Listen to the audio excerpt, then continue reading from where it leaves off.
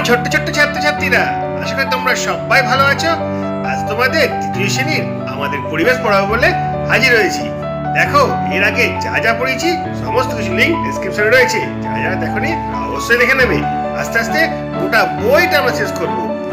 আর আজকে ভিডিওটা ভালো লাগলে লাইক কমেন্ট শেয়ার করবে। চ্যানেলে যদি নতুন থাকো চ্যানেলটা অবশ্যই সাবস্ক্রাইব করবে। দেখি তোমাদের বইয়ের 118 পাতায় কি পড়া আছে। দেখি তোমাদের বইয়ের 118 পাতায় কি আছে। চাঁদ মামার লুকোচুরি। দেখি তো এখানে কি শিখিয়েছে। দেখো, পরপর পড়ে যাচ্ছি, তোমরা বুঝবে। ভালো করে সূর্য দেখার পর পিতা ভাবলো চাঁদ কখন ওঠে, কোথায় ডোবে। সন্ধ্যেবেলায় আকাশে চাঁদ খুঁজলো, কোথাও নেই। মাকে বলল, মা, আকাশে তো মেঘ নেই, তবুও চাঁদ দেখা যাচ্ছে না কেন? মা বললেন, কাল অমাবস্যা গেল, আজ থেকে শুক্লপক্ষ শুরু। আজ প্রথম সন্ধ্যা, আমরা বলি শুক্লপক্ষের প্রথম তিথি। আজ চাঁদ দেখা যাবে না, কাল সন্ধ্যেবেলা দেখতে পাবে। পরের সন্ধ্যায় পিতা আবার দেখলো, সত্যি তো বাঁকা কাস্তের মতো সরু একটা ফালি চাঁদ উঠেছে পশ্চিম আকাশে। মাকে বলল, মা, চাঁদ পশ্চিম আকাশে ওঠে, সূর্যের মতো পূর্ব আকাশে ওঠে না? মা হাসলো, বললেন, রোজ সন্ধ্যেবেলা দেখো, তারপর বুঝবে। আজ শুক্লপক্ষের দ্বিতীয়া, এরপর তৃতীয়া, চতুর্থী, এভাবে চলবে। আধ ঘন্টা পরে আবার চাঁদ দেখতে গিয়ে পিতা অবাক, চাঁদটা কোথাও নেই। পরের দিন পিতা ভালো করে লক্ষ্য করলো, পরপর চাঁদটা বড় হচ্ছে আর মাঝ আকাশের দিকে সরে সরে উঠছে। 3 দিন পর ষষ্ঠীর সন্ধ্যায় পিতা খুব ভালো করে দেখলো চাঁদটা কমলা লেবুর কুয়ার মতো দেখাচ্ছে। মাকে দেখালো, মা বললেন, পূর্ণিমা হতে হতে চাঁদটা তত বড় হয়ে যাবে। দেখো, এখানটা পড়লাম, এখান থেকে পড়ে বুঝতে পারলাম অমাবস্যা থেকে কোন তিথি শুরু হয়। অমাবস্যার পর শুক্লপক্ষ তিথি শুরু হয়। প্রথম দিন প্রথমা, তারপর দিন দ্বিতীয়া, তারপর দিন তৃতীয়া, এরকম ভাবে হতে থাকে। আর শুক্লপক্ষের প্রথমা তিথিতে চাঁদ দেখতে পাওয়া যায় না। ঠিক আছে, এরপরে দেখো কি আছে। পরদিন স্কুলে এসব কথা বললো পিতা।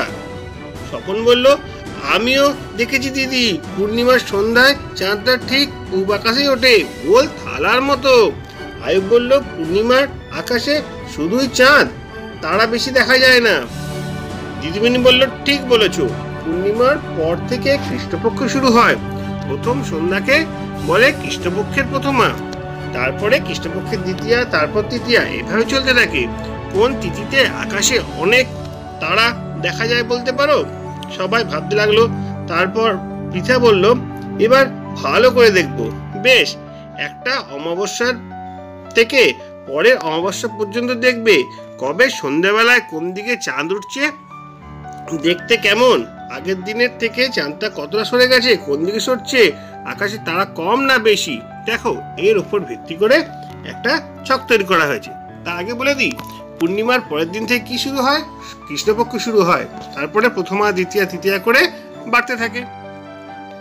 এরপরে ছকটা দিয়ে কি আছে, অমাবস্যার পরে কত দিনের পরের কথা? অমাবস্যার 3 দিন পরে কথা। সন্ধ্যাবেলায় আকাশের কোন দিকে চাঁদ উঠেছে? পশ্চিম দিকে। কোন দিকে সরে যাচ্ছে? পশ্চিম দিকে সরে যাচ্ছে। আকাশের আগে রাতের চেয়ে তার সংখ্যা বেশি না কম? অনেক কম দেখা যাচ্ছে।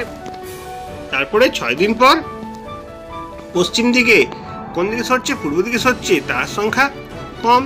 8 দিন পর মাঝ আকাশের দিকে সরে যাচ্ছে, তার সংখ্যা কম। 10 দিন পর মাঝ আকাশে আরো পূর্বের দিকে সরে যাচ্ছে, তার সংখ্যা কমে গেছে। পূর্ণিমার দিন দেখো, পূর্ণিমার দিন পূর্ব দিকে উঠেছে আর পূর্ব দিকে সরে যাচ্ছে, আর খুব কম তারা দেখা যাচ্ছে। তারপরে 6 দিন পর পূর্ণিমার 6 দিন পর পূর্ব আকাশের থেকে পশ্চিম আকাশ সরে যাচ্ছে, আকাশে চাঁদের সংখ্যা অনেক বেশি। অমাবস্যার দিন কোনো চাঁদ থাকে না, অনেক বেশি চাঁদ দেখা যায়। দেখো, এইভাবে ছকটা পূরণ করলে তোমরা অনেক কিছু শিখতে পারবে বা নিজেরাও ছকটা পূরণ করতে পারো।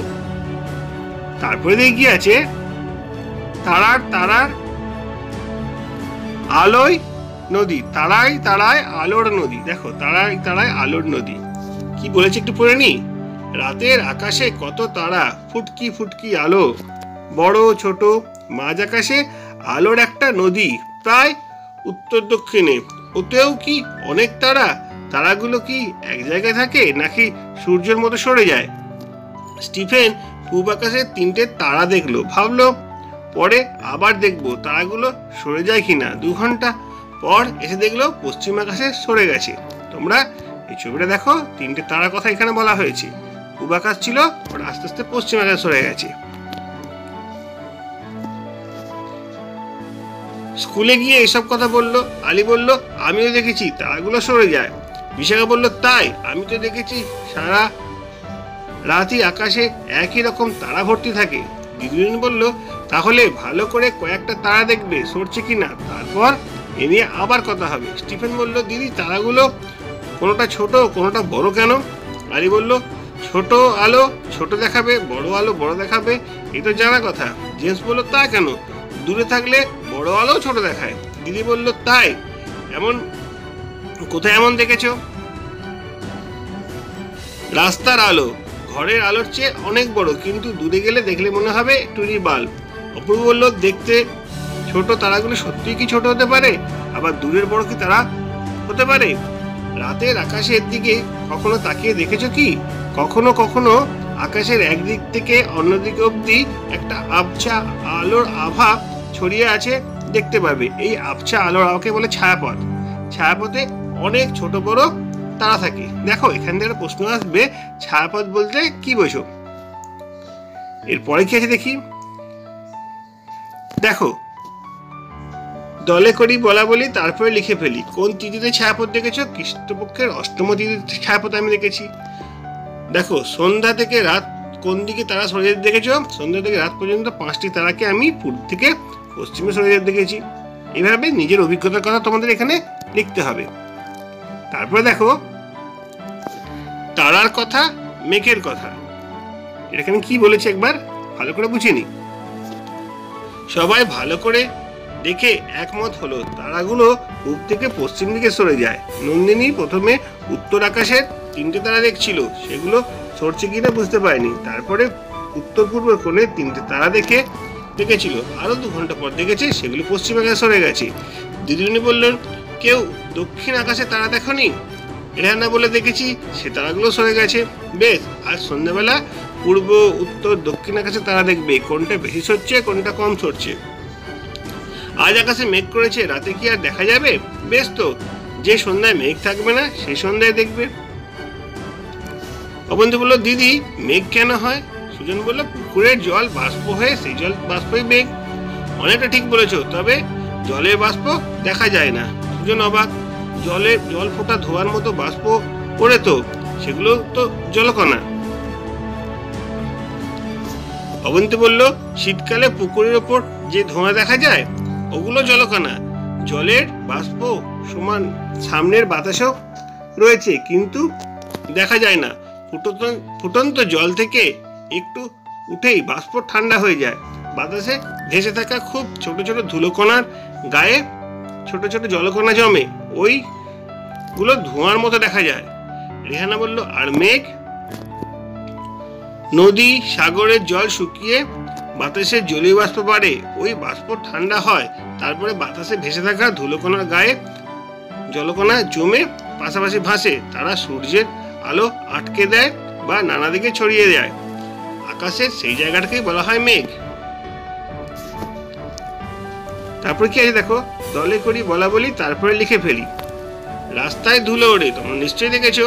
ঘরের মধ্যেও ধুলে দেখেছো। রাতে টর্চের আলো দিয়ে দেখা যায়, দিনে দরজার ফাঁক দিয়ে সূর্যের আলো পড়লেও ধুলো দেখা যায়। নানাভাবে দেখো, কোথায় কি ঘটনা ঘটেছে তা দেখো আর লেখো। দেখো, এখানে ছবি দেওয়া হলো, পরপর ছবি তোমরা বুঝতে পারবে দিনের আলোতে কেমন ভাবে দরজার ফাঁক দিয়ে সূর্যের আলো ঢুকলে ধুলো দেখা যায়, আর রাতের আলোতে কেমন ভাবে টর্চের আলোতে ধুলো দেখা যায়। এই ধুলোগুলো প্রকৃতপক্ষে জলকণার সঙ্গে মিশে গিয়ে কিন্তু মেঘ হয়। অবশ্য নদী সমুদ্রের জলকণা যখন বাতাসে উপরে ওঠে তখনই মেঘ হয়। দেখো, এখন পর্যন্ত যা পড়ানো হলো আশা করি বোঝা গেছে। এরপরে আরো পড়ানো হবে। যদি আজকে ভিডিওটা ভালো লাগে লাইক কমেন্ট শেয়ার করবে, চ্যানেলে যদি নতুন থাকো চ্যানেলটা সাবস্ক্রাইব করবে। তোমরা সবাই ভালো থাকবে।